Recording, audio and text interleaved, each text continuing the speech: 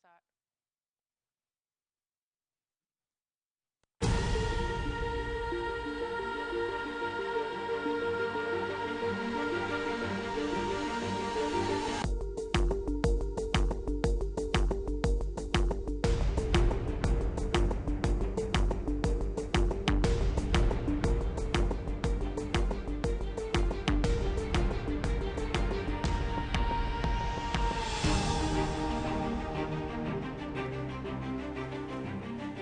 Hello and welcome to Perspective. Now, this past week, China's military approved sending troops to Sansha in the disputed South China Sea territories. Now, the resource-rich area has been in the spotlight because of competing territorial claims from China, Taiwan, Vietnam, Philippines and two other ASEAN nations, Brunei and Malaysia. Just 2 weeks prior, ASEAN made history. A meeting of its foreign ministers failed to issue a joint communique for the first time in 45 years.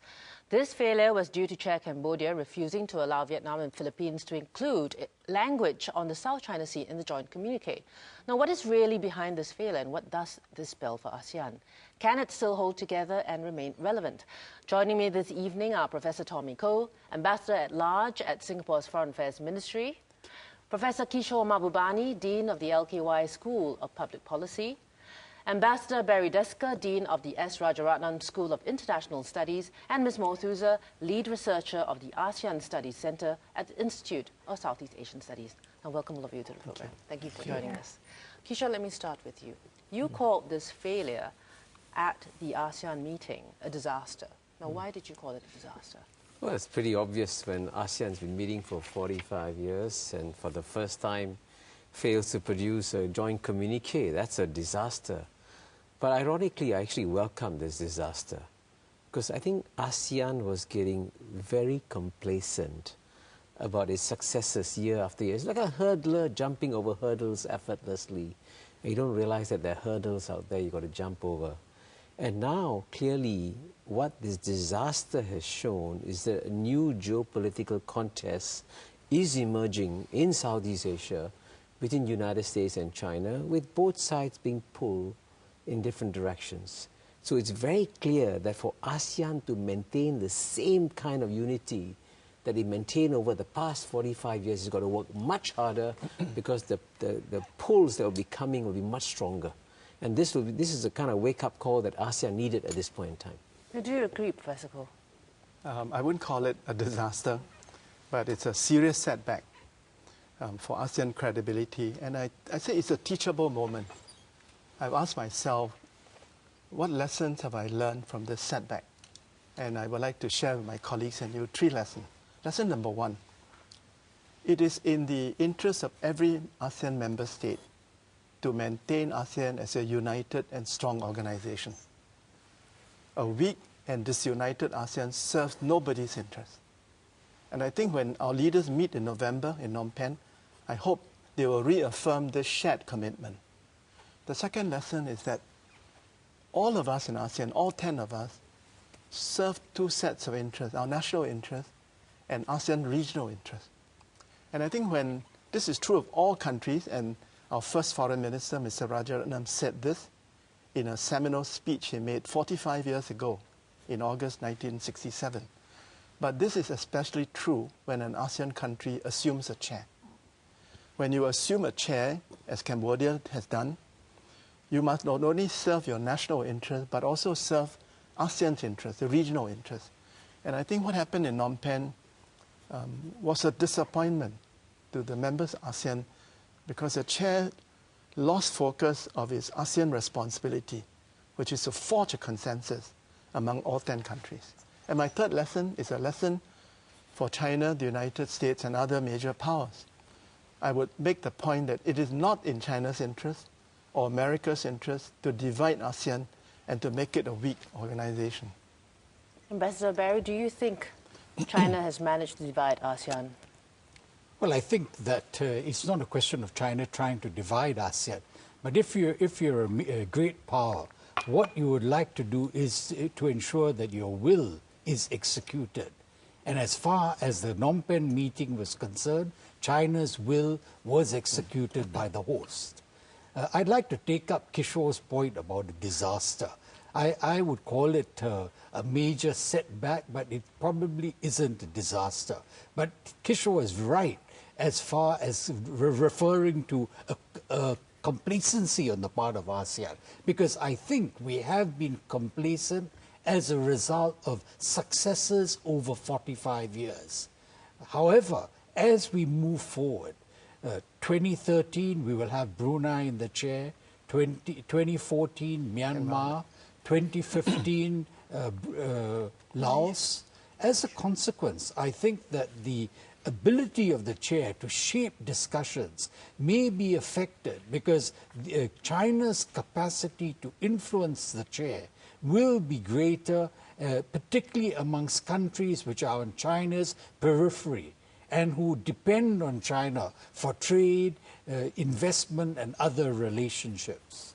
Do you agree, Mr. Tudor, that it's the countries on China's periphery or newer ASEAN countries who might not share the same sense that Professor Koh was talking about, unity from 1967? I come from a newer member country, so I was, of course, watching the events in Phnom Penh unfold with great interest, especially as Ambassador Deska has said, Myanmar is going to take up the ASEAN chair in 2014, which is in itself an important year. It is the year just before ASEAN announces the achievement of the ASEAN community in 2015. And, of course, knowing a bit about the way the bilateral relations between Myanmar and China have been shaped over these years, for the observer, the informed observer, I believe there might be some cause for concern. But then knowing a bit about how Myanmar has dealt with this immediate big neighbor to the north, I believe, watching how events have unfolded in Phnom Penh, lessons are being drawn by the Myanmar delegation on the effectiveness of chairing, being an effective chair and not just running meetings or chairing for chairing's sake. So definitely there is one big takeaway that the 45th AMM disaster, to use Prof. Kishore's words, can be seen. And knowing also a bit about the commitment that the current administration in Myanmar has, the very important role that it accords to ASEAN in its conduct of foreign relations and policy, I think there is that sliver of hope that Myanmar will be watching the 45th AMM lessons and drawing the important necessities from it. Let's talk about those lessons and the reaction post the meeting. Indonesian president had strong words, by ASEAN standards, that he was disappointed with developments. Singapore's foreign minister called it a severe dent on ASEAN's credibility. There was a lot of flurry in the action. The Indonesian foreign minister flew around to try to get consensus. What do you think ASEAN countries have learned, if anything, from this incident? I think the process of learning is just beginning. First of all, I think we should really commend Indonesia and the Indonesian foreign minister for taking the initiative to try and retrieve the situation. That's a kind of diplomatic leadership that Southeast Asia needs, and Indonesia is providing it. But I think what the ASEAN countries need to do is to essentially take on board the fact that this is a completely different era from what the ASEAN had to handle in the past. Remember the Cold War, ASEAN was all on the same side, you know. When two great powers were struggling, ASEAN was on one side, Vietnam was on the other side. Now the problem is the big geopolitical contest in the world is between the world's #1 power, United States, the world's #2 power, China, and the ASEAN countries will quite naturally get divided by this. So the challenge for ASEAN is they should recognize that these divisions will come, and then you should try and understand how to manage these divisions. And to make the situation even more complicated, what the South China Sea incidents are demonstrating is that the kind of centralized decision-making that China used to make in the past is disappearing. In fact, there's a brilliant paper I read yesterday by the International Crisis Group, a group set up by Gareth Evans, which describes in detail how the foreign ministry is just one component in the Chinese decision-making processes, and some local organizations selling fishing boats, Coast Guard vessels, and the kind of centralized authority in China is breaking down. And so this means that if you have to deal with a different kind of China, ASEAN itself has got to learn to adapt. And my main concern is that the ASEAN countries are not spending enough time in candid discussions among each other on what went wrong and how do we ensure at the end of the day that ASEAN doesn't fall apart. I think Kishore's raised a very important point. The strategic landscape has changed. And when our leaders meet in November, I hope they will have very deep reflections among themselves on how ASEAN should position itself in this rivalry between the two great nations. And I hope they will come to the conclusion that ASEAN's role in all the regional institutions that we convene and chair will be in jeopardy if we are not united, if we are unable to act as one and speak with one voice. So no matter what our individual preferences are, whether we are pro-China, pro-US, but when we meet at 10, it is fundamental that we subordinate our national preferences and reinforce ASEAN unity, ASEAN non-alignment, and ASEAN independence. I think that's my basic point. I think Tommy has taken a very optimistic view, and one which I would be glad to share. However, I think from a realist perspective, one has to be much more cautious, because I suspect that one's bilateral and individual national interests will probably triumph over one's concern for regional amity.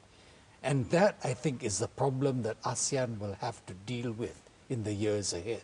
Can I just quickly respond? I agree with your realist point of view, but I actually am hoping that at the end of the day, that there'll be, after the leadership transition in Beijing, by the way, nothing's going to happen between now and November. They're too busy on the leadership change in China. But after that, I'm actually reasonably optimistic that China will engage in fairly deep reflection on whether it's in China's national interests. I share your realist point of view, to have ASEAN united or to have ASEAN divided. And the key point I make in my article, Tommy, is that a divided ASEAN actually is bad for China because it opens the door for other geopolitical games to be played on China's doorstep. And so China should be working together to working and bad harder. for America too, I would say. Yeah. Okay, on that note, we have to go for a short break. When we come back, national or international, regional interests, stay with us.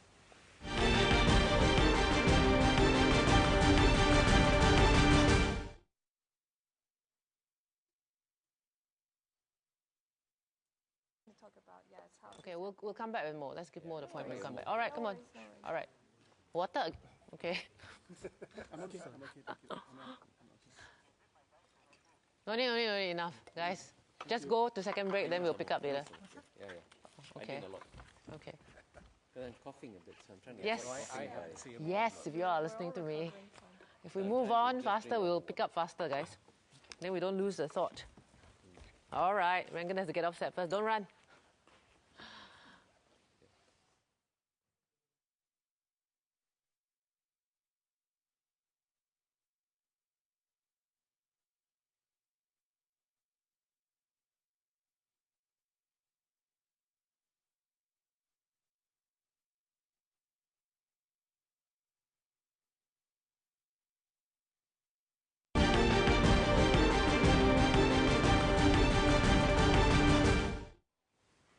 Thank you for staying with us on Perspectives. Now, Mo, just before the break, we were talking about whether or not individual countries can rise above their own interests to look at the wider ASEAN good. What do you think?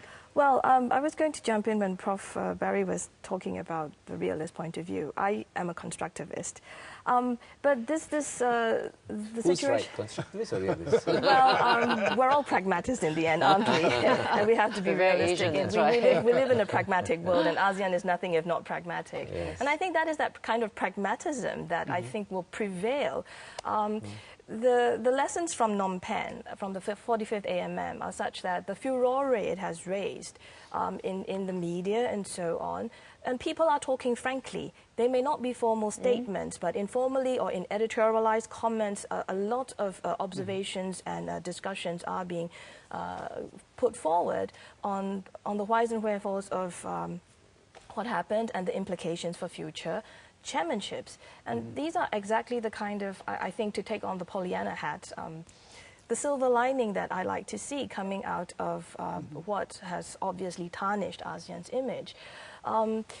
Prof. Kishore mentioned something about it is not in China's interest to have a disunited ASEAN. And I think China will also be looking at the kind of image that the 45th AMM outcome has cast on how it deals with an important dialogue partner. ASEAN is China's dialogue partner. China is ASEAN's dialogue partner. So for a dialogue partner relationship to continue on the even keel that it has, a lot of lessons will be taken from this. And I think that is why the views and opinions expressed on the outcome of the 45th AMM will not be lost either on future chairs or on a big partner like China itself. So well, let's talk about the South China Sea issue itself, the whole issue which sparked this off, because this is a potential hotspot. It's always been a potential hotspot with competing ASEAN countries claiming. What has changed in the last year that this has suddenly become, but this has become much more intense, resulting in basically the failure of the last meeting? I think tensions have been rising for the past year. Yes.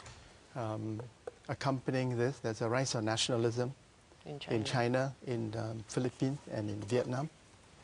The rise of nationalism will constrain the freedom of action of the three countries. I think in Beijing there's a perception that the United States is stirring the waters and encouraging the Philippines and Vietnam in some of their recent actions. There's a certain game of tit for tat going on between Philippines and China and between Vietnam and China. And I would also agree with Kishore's point that this is a very sensitive year for both China and the United States. There's an important leadership transition taking place probably in October, and China cannot afford to look weak, to be making unilateral concessions. It is also a very sensitive year for America because there will be a presidential election, and President Obama cannot afford to look weak and vulnerable to attack by his opponent on the ground that is allowing their Asian ally, the Philippines, to be bullied by China. So it's a difficult year for all the parties. As a non-claimant state, I would urge everybody to be calm and de-escalate, to stop provoking each other with actions such as you referred to and others. I would also stress that action by China was taken on the very day that the 6-point proposal came out. So how does it look, since China undoubtedly was aware that such a move was in train? I think the issuance of the ASEAN statement of 6 principles was not provocative, because the Chinese have actually come up with a statement that the 6 principles are in consonance with China's own principles. You know, so I think the principles. Yeah, it's not provocative, but I think some, particularly other claimant states, might have seen the Chinese action as a response to the ASEAN move. I think it's driven, by the way, Tommy, I think I agree with you that it's driven by the fact that the leadership transitions in China and the United States. But they only illustrate a deeper problem. And here, frankly, there is a remarkable coincidence that the South China Sea issue, which is there, always a problem, always a flashpoint, but suddenly flashed up when the US-China rivalry rose. And I'll never forget the day when Barry Desker at the Shangri-La Dialogue asked Robert Gates stood up and said, hey, China should abide by the law of the sea convention in the South China Sea. And Barry Desker said, Secretary Gates, when is the United States going to ratify the law of the sea convention? Now, that in itself, see, the fact that a country that hasn't itself ratified the law of the sea convention is asking China to abide by it is ultimate hypocrisy. But this brings me to my most essential point, Tommy. You know, if you look around the world, what's unique about Singapore is that even though we are a non-claimant state, we have on this tiny island state 3 of the best international lawyers in Singapore. Professor Tommy Koh, Professor Jayakumar, Professor Robert Beckman. frankly, I think the three of you can work out a case to solve this problem on the basis of international law. So, Tommy, it's all in your hands. As you were mentioning, Tommy, Kishore and I only highlight the problems. You bring the solutions. But I think that you cannot isolate the legal questions from the political. Yeah. And I think that they are all bundled together. It's not easy for us to But you can bring out the legal side. No, I agree. You see, for example, Tommy, to put it very simply, the 9 dotted line, dashed line is really untenable under international law. So, but you need distinguished international lawyers to tell China systematically, methodically, that yes, this may be based on historical claims, but once China ratified the law of the Sea Convention, it also undertook that all historical claims were surpassed by the law of the Sea Convention. Now, this is a very simple point that very few international lawyers have made directly to China. You can do it. I think many of us have. And by the way, Kishore, but I think Kishore turned out to be a very good international lawyer. Kind of being the devil's advocate here. No, I think that. Would, and I'm sort of like thinking evil, as they say about, would China not then try to hide behind the declaration, the DOC, Yes. and then say, look, we haven't done anything about the code of conduct, and how about that? Because I believe, if I recall all my readings, and of course I'm being educated here, China has always tried to not bring this to the ASEAN table and or the ASEAN-China type of dialogue, but rather keep it bilateral. Whereas ASEAN has always maintained that no, this is something that ASEAN dialogues with China, and we have 4 claimant states, and therefore for ASEAN, documents like the DOC and the COC are very important. Yeah. Actually, why is it? I would say it's both bilateral and it's multilateral. It is true that the 6 of us who are not claimant states, we have not endorsed the claims of our 4 ASEAN brothers. And it would be a mistake if countries like Philippines and Vietnam were to automatically assume that we will support them against the Chinese claim. Yes. We don't. But it's a multilateral issue in that we want to maintain peace between China and Southeast Asia. And if there's conflict in Southeast Asia, peace will be jeopardized. This is why in 2002, ASEAN and China negotiated and agreed on the Declaration of Conduct of Parties. You know, this is why we are embarking on a new initiative to draft a code of conduct.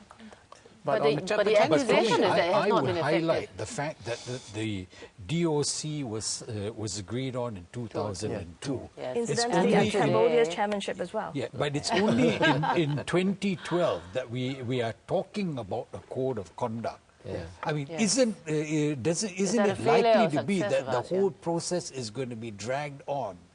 And as a result, events on the ground will actually shape developments. But if I'm not mistaken, correct me if I'm mistaken, that China actually at one stage was reluctant to do the code of conduct. That's right.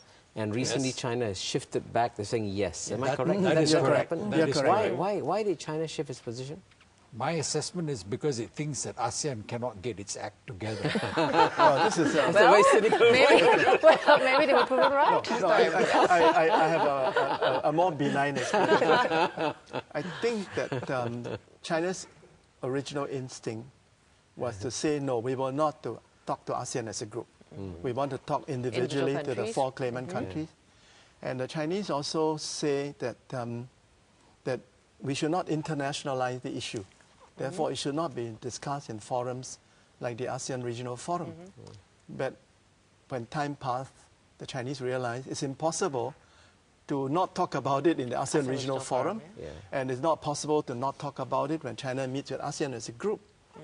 And I thought China had also decided that the South China Sea should not be called a core interest of China.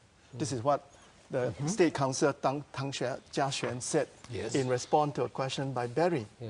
But more recently, in Phnom Penh, I was surprised to read in a statement issued by the current Foreign Minister of China, Yang Jiechi, which refers to South China Sea as a core interest. So I don't know whether there's a rethinking on the part of China. And he also backtracked from an earlier commitment to join ASEAN in developing the Code of Conduct.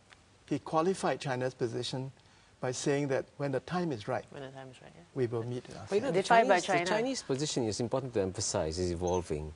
I was actually the Singapore SOM leader when we led the ASEAN SOM leaders to go to China, the one of the early ASEAN-China dialogues in Hangzhou, I think. And since we could not put South China Sea on the table, on the agenda, all of us agreed, saying we have dinner, and after dinner we adjourned into a private room and we discussed South China Sea.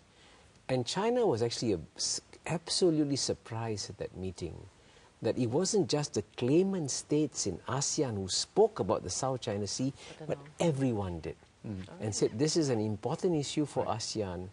And I thought at that point in time we were close to convincing China that this is the one issue that they have to handle delicately. Okay, we have to go for another short break. Sorry, we'll leave the South China Sea and come back to talk about Myanmar and whether or not ASEAN should claim any credit for its opening up.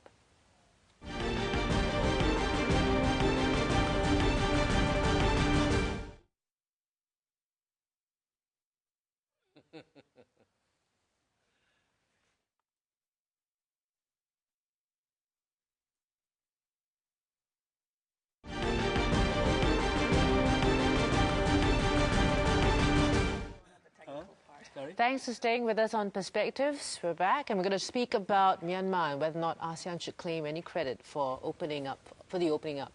Mo, you would be the expert in the area. What do you think? Well, Deborah, for me, I think the starting point for the slivers of, the winds of change to start happening, I would try to count back to 2008. And it's ironic. Sometimes it takes a tragedy or a disaster to bring out ASEAN's finest metal. So, and that was definitely the case for natural Myanmar. Disaster in 2008. Yes, 2008 Cyclone Nagas happened, and what was interesting was most of the ASEAN countries and the bilateral, the neighboring countries to Myanmar were sending aid, which was accepted without murmur, without anything. But it was when different members of the international community started offering not only emergency aid and supplies, but also their personnel and so on. That was when I think the military junta at the time became very reluctant, as it were, and there was a stalemate. And yet we had on our hands a humanitarian crisis looming, and it took ASEAN to step in and point blank ask Myanmar what ASEAN meant to the country. And surprisingly, Myanmar went with ASEAN. And why I say surprisingly is because in 2007 there was another disaster, another crisis, the Saffron Revolution, where Myanmar had made it clear that they preferred to somehow work through the UN process. And so come 2008 and Cyclone Nagas, Myanmar said, yes, we will accept international aid and assistance from every quarter, regardless of nationality or country. But it has to be coordinated through ASEAN. So for the first time, there was this mechanism for different interest groups to really come together.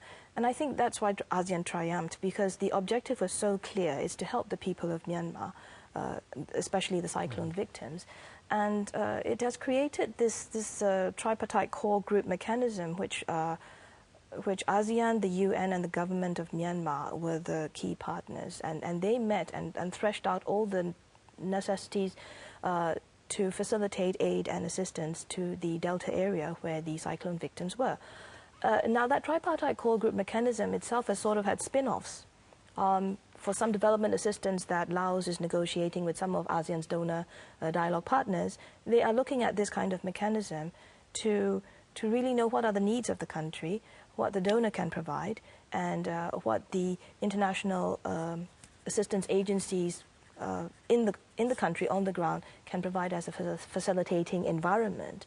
So, yes, definitely, 2008 was the opening of eyes of many officials in Myanmar on how things could be done differently. And But Mr. Thein Sein, who was Prime Minister at the time and President now, I think took that lesson very well. Right. So, but do you think beyond the humanitarian front that any of the moves on the political front was prompted by the fact that ASEAN had been on Myanmar many years, and what do you? See, I think what happened in 2008, and you're absolutely right, it was a turning point. But it happened because Myanmar already had been member of ASEAN for a long time. And in the course of 1,000 meetings a year, the Myanmar officials began to understand the ASEAN fabric, you know. So and also I think in the course of traveling around ASEAN, they also could see the contrast between how fast the ASEAN countries were developing and how slow Myanmar was developing. And that helped to open their eyes. I say this because in the Western media, they've been crowing over the fact that Western sanctions opened up Myanmar, and that's rubbish. That's total rubbish, you know. And the fact is, unfortunately, the ASEAN countries are so modest, they won't even try to claim credit for all these great things that are happening in Myanmar, the remarkable changes that are happening. And I think someone should write a case study on Myanmar and ASEAN and actually demonstrate. This actually proves the value of the 1,000 meetings that take place every year. Prof. Which Kishore, you're absolutely everyone correct. dismisses as a talk shop, but it is not a talk shop. It's ASEAN's demonstration effect. And, well, I was on the team preparing for Myanmar's admission to ASEAN. And then I remember those heady days. Definitely on the technocrat side, it was the only option. For a country under a repressive military junta, the demonstration effect of ASEAN, opening up through ASEAN, was the way to move towards this gradual transition to democratization and so on that was in the plan. So definitely learning how things are done and the comparison, as it were, has had an effect. Socialization, if you would be. Yes, Deborah, I think that's a very good definition, socialization. So yes, ultimately change happens from within. It has to take somebody in the administration to take that decision and move forward with it and keep to it. But what prompted that internal change was this demonstration effect of ASEAN. I think we may give ourselves too much credit. I think There's no such thing as too much credit. The change occurred because Myanmar leaders recognized that the country was falling behind. I mean, that said, I recognize that significant changes have been made. And coming from me, because I've been known as a critic of the government of Myanmar, and I've spoken out calling... A critic of Myanmar, ASEAN's admission of Myanmar. Yes, and also calling for its suspension for Myanmar. No, but I think that's not the issue. The issue that you posed to Mo is whether these internal changes were inspired by the example of ASEAN countries or as a result of pressure, isolation and sanctions by the West. And I frankly say we don't know what the answer is. Only the Myanmars can respond to your question. Mo has given us one. We shouldn't claim too much credit, but I like to believe that the ASEAN way of patient engagement, of not isolating a country and imposing sanctions on them, which only hurt the very people you want to help. But the demonstration effect is a better way. Tommy, I agree we should not claim too much credit, but I think ASEAN is the most undersold organization in the entire world. When you consider, by the way, that the most unpromising region in the world to build a regional organization is Southeast Asia, is the Balkans of Asia, with far greater diversity of race, language, religion, literature and everything. And here in the midst of this inhospitable environment by any standards, you have the second most successful regional organization in the world. And you know what? The rest of the world doesn't know about it, no? So after I finish my next book, The Great Convergence, I'm going to write a book on Southeast Asia to make the case that this is the most blessed corner of the earth and we should celebrate ASEAN more. Ambassador Barrett, I think you might challenge. Let's talk about the ASEAN way, which Professor Koep raised, right? Some people said the ASEAN way to build consensus is actually the lowest common denominator approach. Instead of aiming That's for... my phrase, actually. Which is why I'm throwing this back at you, yes? No, but it's not always... No, I'm sorry. I want to say it's not always the lowest common denominator. I spent a year of my life helping to draft the ASEAN Charter. In the beginning of this journey, I did not think we would arrive at a consensus to set up a Commission on Human Rights. Because only a minority of member states of ASEAN have in their own country national commissions of human rights. Yes. So in this case, the consensus was forged not on the basis of the lowest common denominator, but of the highest common denominator. So sometimes ASEAN surprises you. But actually, Kishore and I were the Sherpas for the first ASEAN summit on the Singapore side. And that's when the term the ASEAN Way first came out. And it came about in the context of the lowest common denominator when we were negotiating, and that was what we could all agree on. We called it the ASEAN Way. Consensus building in a The quiet way. ASEAN But it's way very also is precise. 2 steps forward, 1 step step back. backward. That's okay. It's all right. It doesn't matter. Do you agree, It could Will? also mean agreeing to disagree. Yeah. But then again, if you look at the ASEAN Way consensus consultation, I always go to the joint communiques. You really miss them when they're not around. Because a lot of people like to diss on the joint communiques. They always say that, again, Dean Barry, because of the lowest common denominator, the language in the joint communiques are always very bland, they don't tell a story, and so on.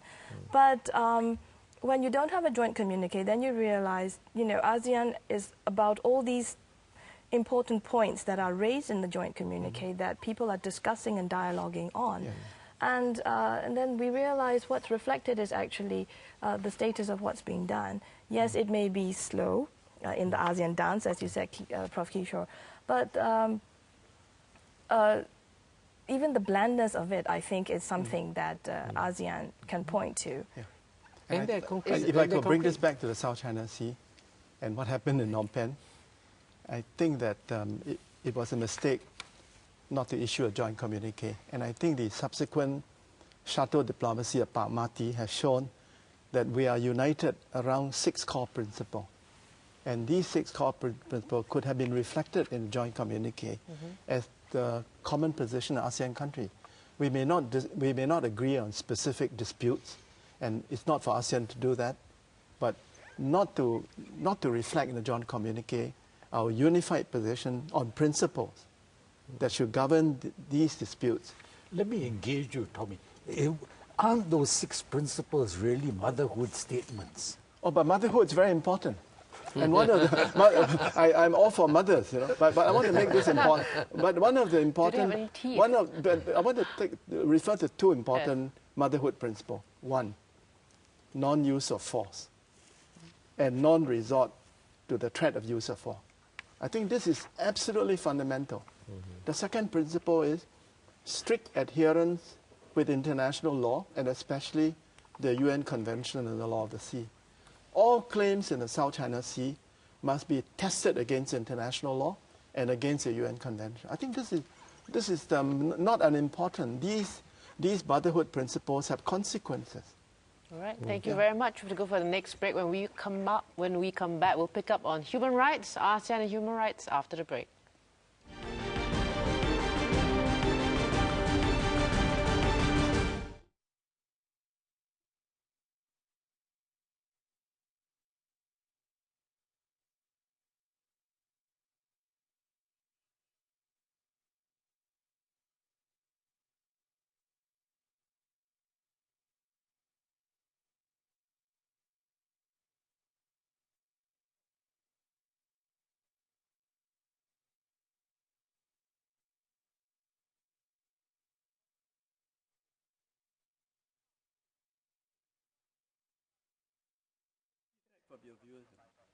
Sorry? I keep worrying that we are talking above the heads of Okay, you got it, Augie. Actually, the responses I've got positive.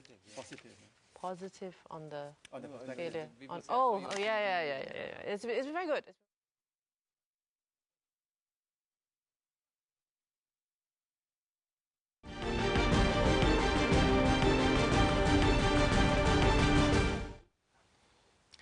Thanks for staying with us on Perspectives. Now, let's talk about ASEAN and human rights. Ambassador Desker, could you put ASEAN and human rights in the same sentence and come out positive? Well, I would say that, as I mentioned at the beginning of this discussion, ASEAN is an intergovernmental organization. Human rights, would play a role insofar as it is today a trendy issue, and there are people interested in raising it to the ASEAN level. However, if you look at the ASEAN Charter, the role of human rights is not the role which was given at the time that the Eminent Persons Group discuss the issue. It is now very much more conscribed. More is probably a lot more competent to discuss the extent to which the ASEAN governments decided to conscribe the role of ASEAN with regard to the field of human rights. Well, do you agree with Professor Cole also that early on when he talked about the Human Rights Declaration that we're aiming for the highest level here, not the lowest common denominator for ASEAN? No, what I mean is to arrive at a consensus, Yeah. to set up the Commission on Human Rights was an example of agreeing on the highest common denominator rather than lowest. Well, that's true. And I think that's one of the plus points of ASEAN. It is always very aspirational. It has very high aspirations that, to give it credit, it does try to meet. So I think sometimes there's nothing wrong with having high ambitions, but of course, when you work it out, inevitably, even the charter, Prof. Tommy, I wasn't at the charter drafting process, but inevitably many of the provisions, of course, will be the result of compromise. And that is where I think national interest and domestic politics do come into play in this eternal two-level game. But having human rights, an ASEAN body on human rights, and not one but two. We have the ASEAN Intergovernmental Commission on Human Rights, and we have a separate body on the promotion and protection of the rights of women and children. Yeah. So ASEAN, in the Charter, it says we will establish an ASEAN human rights body and left it at that.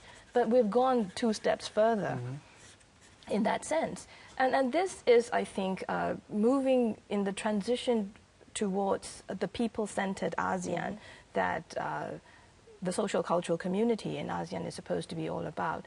So yes, politically maybe human rights is not really there, and it's supposed to be something that national governments have national responsibilities to implement and follow through. But definitely if you look at addressing the needs and concerns of the people, this is something that cuts across all communities. Can I, if you don't mind, give, in contrast to Barry, a much more optimistic view on ASEAN and human rights? Okay, you can discuss on the one hand the legal stance taken by various ASEAN countries on human rights. That's one box of discussions. The other box of discussions is the actual practices and implementation of human rights in ASEAN societies, and by any standards. I mean, to take even the country that Barry Desker knows much better than I do, the transformation of Indonesia from the kind of, strongman military rule that General Suharto had until 1998. And today you go to Indonesia, it's one of the most vibrant democracies in the entire world, And how did this transformation take place so remarkably? So clearly there's some chemistry in the ASEAN region that is creating political transformations in the region. Malaysia decided to give up its ISA. Even Thailand, with all its political difficulties, if you go down there, the discussion is remarkably robust. But would you credit ASEAN for these changes? Of course. Well, because of the ASEAN human rights move, sorry, Prof. Kishore, Myanmar went and established a National Commission on Human Rights. And now that would have been unthinkable as recent as 5 years ago. See, So Indonesia remains impatient with ASEAN ASEAN. positions on human rights. That's true, which is good. I mean, it's good to have some members of ASEAN Championing it? that want to push the envelope. And by the way, I want to emphasize one very important point here. The effects of ASEAN happen in the tangible sphere, and they also happen in the intangible sphere. Let me give you a wild example. Out of the blue, to everybody's surprise, ASEAN set up an open skies agreement. As a result of the Open Skies Agreement, budget airlines are flying all over Southeast Asia. As a result of budget airlines flying all over Southeast Asia, poor artists who couldn't travel in Southeast Asia are now traveling across the borders. So you're getting artistic collaboration within Southeast Asian countries that didn't collaborate before because of budget flights. So these are the kind of intangible changes that ASEAN is creating that people don't give it enough credit for. Well, I was going to ask earlier, or picking up from that point, that does ASEAN really matter to the peoples of ASEAN, or is it just a limited small community? So you've kind of just answered the question, but does anybody else feel I would say to the skeptics who have asked me, what has ASEAN achieved in the last 45 years? What impact has it made on the lives of our 600 million people? And I would say first, ASEAN has kept the peace in the region without peace, economic endeavor would have been very difficult. Second, ASEAN has progressively reduced barriers to all kinds of trans-border cooperation in trade, in investment, the mobility of talented human beings, businesses, civil society, artists, and so on. And third, by being united, by being relevant and useful to the major and great powers, ASEAN has become the convener and facilitator of Southeast Asia's relations with all our great external partners. It's a miraculous achievement. Who could have imagined? I agree with everything Tommy has said. However, I think the point that we who are so involved in ASEAN often forget is that we are discussing amongst ourselves. These are tremendous achievements. But for the man in the street, there is little awareness of what has been achieved and how it affects his or her daily lives. Is that true, Mo? Well, it's a very interesting point that Prof. Barry brought up. You're being very diplomatic. No, because you see, when I engage a lot of people, I think there was one expression that I used to Prof. Tommy to describe myself. I said I'm an ASEAN missionary, because I do happen to believe in ASEAN, and the process of bringing people together around a common and shared interest. Now, the problem, Prof. Barry, I think, the man on the street, if you go and ask him or her about what does ASEAN mean to you, chances are we'll get a blank stare, or we'll get questions like, can I travel freely? Of course, I'm talking in the context of my own country. Or can I live, work, play, and study in any country I want in the region? And I think it boils down to that. But another interesting layer of discourse there is people tend to look towards ASEAN as a separate entity from ourselves. And you see this happening. A lot of us, we fall into this trap of saying ASEAN must do this, ASEAN must do that. But I think we all forget sometimes that we, the individuals, are all part of ASEAN, and therefore, for ASEAN to be internalized, I think it is the work of every individual to go and impact at least another individual. So that's my take on that. Can I share with more my big ambition? Of course. My big ambition is to have something in ASEAN similar to the European Erasmus program, under which tens of thousands of European university students leave their home campus every year, cross the border, study at another university. The credit they earn there are portable back to their own country. I think this sense that we are ASEAN can only come about with the young people. That's an interesting point. We must, be bold and visionary. Let us implement something similar to Erasmus. But can I just say, by the way, just to balance what you said, I agree that Erasmus has worked well in Europe. But you must remember that contextually, ASEAN is different. We should do something similar to what Europeans do, but we should never copy the Europeans, because they have the advantage of having a single mono civilization, which is not we don't have. And so transitions across borders here will take more time. By the end of the day, by the way, I want to emphasize one thing in response to Barry. From the point of view of the man of the street today, if you look at the number of ASEAN citizens crossing ASEAN borders, is the highest number it's ever been. Look at our trade within ASEAN countries is the highest number it's ever been. You look at the sort of even connections among universities that you mentioned, it is also happening also. So I think at the end of the day, by a slow process, the man in the street is beginning to feel the impact of ASEAN. Okay, right. And on that note, positively, we have to end the program. Thank you all for joining us. Now, all eyes will be on the ASEAN Leaders Summit in Phnom Penh in November to see if ASEAN leaders can hold together the organization, stay together and stay relevant. Keep writing and connecting with us by leaving your comments on our website, and you can also tweet us as well. Join us again on the first Sunday of September. Good night.